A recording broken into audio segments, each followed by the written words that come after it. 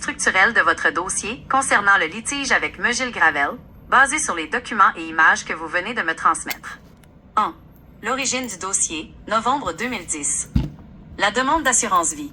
Le 2 novembre 2010, Megil Gravel a envoyé une mise en demeure par courrier recommandée à la financière Manuvie au nom de son client Michel Fortin. La lettre réclamait le versement d'une police d'assurance vie de 500 000 $ à la suite du décès récent de Madame Françoise Masson, affirmant que vous étiez le seul bénéficiaire désigné. La contestation de la partie adverse.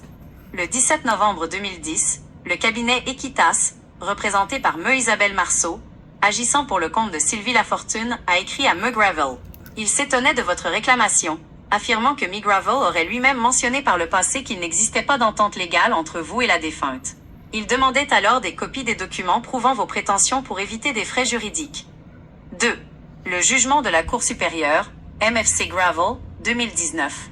Vous avez intenté une poursuite en responsabilité professionnelle contre Megil Gravel, lui reprochant une faute professionnelle.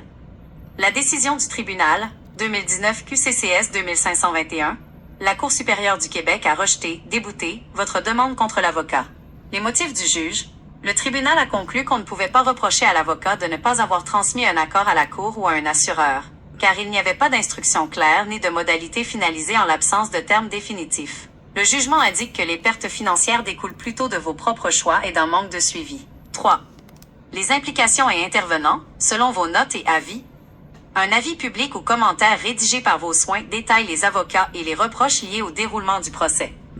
La défense de Gravel a été défendue par les avocates Marika Douville, associée chez Robinson Shepard Shapiro, RSS, spécialisée en droit des assurances et responsabilités des professionnels, et Elisabeth Laroche. Le déroulement du procès. Le procès a duré 7 jours devant la juge Anne Jacob, incluant 3 jours consacrés à votre propre interrogatoire. Reproche envers votre propre avocat. Vous mentionnez que votre avocat de l'époque, M. Julien Bérard, aurait agi de connivence ou de complicité avec la partie adverse, évoquant un montant de 25 000 $. Vous lui reprochez, ainsi qu'aux avocates de la défense, de ne pas avoir fourni d'état de compte clair. Allégation de conflit d'intérêts. Vous estimez que la juge a protégé ses confrères avocats en raison d'un conflit d'intérêts institutionnel, malgré ce que vous qualifiez d'arnaque évidente impliquant Megil Gravel et Isabelle Marceau concernant le détournement ou la déviation des 500 000 $.